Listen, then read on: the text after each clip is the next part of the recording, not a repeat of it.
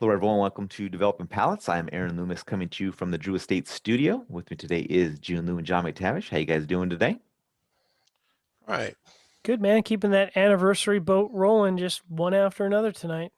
That's right. Today we are talking about the Epic 10. This cigar is a Toro Extra 6x54. Comes out of the Tabacalera AJ Fernandez factory in Nicaragua. Wrapper is Cameroon. I'm just going to Binder. pause you for a second. The Vitola Council has spoken and ruled it's not a Toro Extra, it's a Grand Toro. Just, Okay, that was my definition. So yes. it's not anything labeled by the Oh, company. okay. So My apologies. because Okay, this only sorry. comes in one Vitola. So I got you. yeah. My bad. Rapper Cameroon, binder filler Nerd. from Nicaragua, blended by Dean Parsons and AJ Fernandez. Price point is $16, and the cigar was released in November of 2020. So with all that out of the way, June, what was your overall experience like with the cigar? It was average through and through for me. So um, this the cigar was is a little bit of a gut punch. So like medium full strength for me, medium body. But in terms of the flavors, I thought it was. Some people are gonna hear this and be like, "Oh, don't be a little bitch," but I thought it was kind of offensive on the palate. So I got a lot of these like charred red peppers and notes of ash, like burned cigar ash. Um, and that combination laid super thick on my palate. So, you know, um, You know you're supposed to smoke it with a lit end out, right? yeah. But Ah. what I can say about what I'm saying and twisted in a positive thing is to say the finish was incredibly long, but all for the wrong reasons. um, yeah, it was basically that for me. It on the retro is like super peppery. It's like almost like a wasabi kind of a hit that you get off your nasal passages.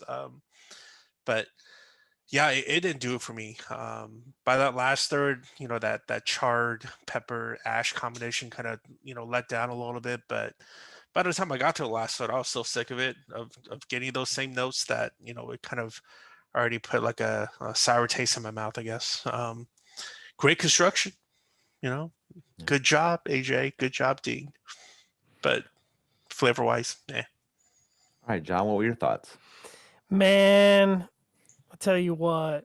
I really wanted to like this cigar. Dean's a super nice guy. Hmm. He's Canadian, and I've liked a lot of his cigars in the past. And I think there's two things going on here. One is I would describe Dean's blends typically as being more Dominican style than Nicaraguan style. Hmm. And so obviously AJ being a Nicaraguan blender is absolutely more Nicaraguan style. And I think it just doesn't work. I'm going to echo some of what June said. I did actually have a good first third. There was like a really nice chocolate wood, hay, baking spice, but then it kind of got this musty funk, and I assume that was the Cameroon wrapper. It just wasn't. It was disharmonious.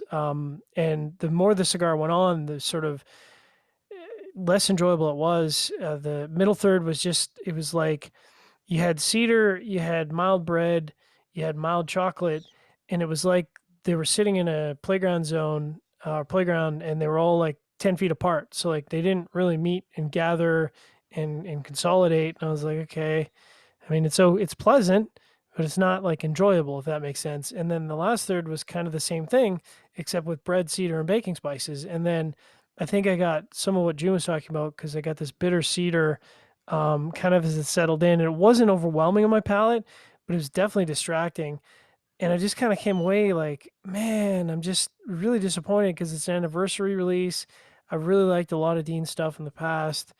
It's Cameroon. Yeah, just not at all what I wanted. The burn was excellent. Interestingly, I had a draw issue. The draw was a little on the snug side. Certainly more snug than I would expect out of a Grand Toro. Yeah, so overall, pretty average experience. Aaron, walk us through your experience. I thought the cigar had a nice start. It had some a nice cinnamon note through the first half inch, but then that transitioned to black pepper, and once that did that, profile became pretty average.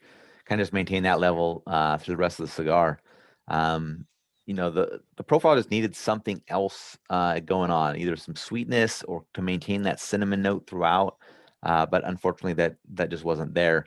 Like you said, John, I mean, I'm a fan of the Epic portfolio. Like stuff that Dean's done out of the Dominican has been really enjoyable. So I was kind of surprised to see him go into Nicaragua and working with AJ on this, kind of anniversary cigar. I don't know if that's just due to the Cameroon sourcing that was necessary for that, or since he's kind of working with Nat Chico now, if there's some business reasons for it. But it was just seemed a little bit kind of out of place. All these blends from all this time in this one place, and then it's the anniversary, and then you go somewhere else. So I'm not sure what's up with that, but um, I, I think Dean played it a little too safe with this cigar. It just there wasn't, there was nothing that made it special, made it a wow factor or anything like that. And with it being an anniversary release, I think that's what you're supposed to be doing. You're supposed to be doing something a little bit more out there, something a little bit more unique. But the flavor profile in combination with the high price point, it's probably gonna lead me to not probably revisiting this cigar. So that's unfortunate. With all that said, I'm still the high score. I gave it a 6.10. Wow. I mean, it's not a crazy high score. It's and I'll explain it when I get into mine. But I was 6.10. John was 5.80. Jiunn was 5.75. Seth, who couldn't join us, was 5.15. So my 6.10 is a pretty standard score, standard layout from what I've gotten in cigars. So good first third, average to the 2 second thirds. The reason it gets above that 6.0 level is because I had perfect construction. I had no complaints. The burn was perfect. The draw was perfect. Just kind of elevates a little bit. I mean, John and I scored it identical except for the draw. So that's the only difference there is why we're there. So that's my explanation for the 6.10. So John, 5.80. That's a good explanation. I think if it had scored 6.10, in a way I would have been disappointed. It wasn't above average. I said it was average, but like it was technically above average. But I was just disappointed because, I was expecting more. It was an anniversary series. It is a premium price and it is Cameroon. That's a lot of boxes to check for expectation. So even at the 6.1 mark, I think I would have been disappointed, but 5.8, 5.85? 580. 580, yeah. That matches up to my experience. All right, June, 5.75. Oh, it's matches up. I mean, I agree with you guys, right? Like, I like Dean as a person. Some of the other stuff that comes out of DR, I like certainly way more than this.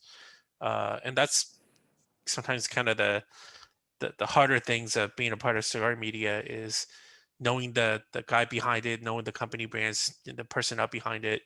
But then again, we're not willing to risk our transparency and honesty for someone that we like, right? Although sometimes it's like, oh, such a nice guy, Dean Parson, he's Canadian, I'm gonna he likes text him Terrence later and and Phillips, apologize. he loves Celine Dion. He's from the East Coast. There's no love for Celine Dion. Oh, Yeah. okay. Well, I like Celine Dion. Okay. So, but yeah, I just, this cigar did not hit well for me at all. And especially with the higher price point, then it's almost like a double whammy, right? But it is what it is, and I still look forward to smoking what else he has that's in the works. Yeah, I mean, I thought the pre-light on the cigar was really nice. I dug the bands. The box is beautiful. You guys obviously haven't seen it in person, but you've seen pictures of it. But having the box in hand is beautiful. Nice red box, very glossy finish, all that kind of stuff. Really nice presentation and all that. It just the cigar itself just didn't live up to kind of the packaging. I guess I would say that. Yeah, and I mean, I guess we didn't really talk about it, but the pricing makes sense. Like when you start talking Cameroon, there's really only a couple sources for Cameroon, and Cameroon's expensive, man. Cameroon is hard to find in any level of quantity. I mean, we've heard other manufacturers talk about how difficult it is to get good Cameroon and do enough for a release, let alone a serious limited release. So it doesn't surprise me. I think unfortunately Cameroon is just going to become more and more, I think, difficult to find as time goes on. All right, if you're just catching this video on YouTube, be sure to subscribe to us. We'll also check out the full written review on the website, developmentpalace.com. Catch all of our video recaps. What am I doing? I'm blowing it now.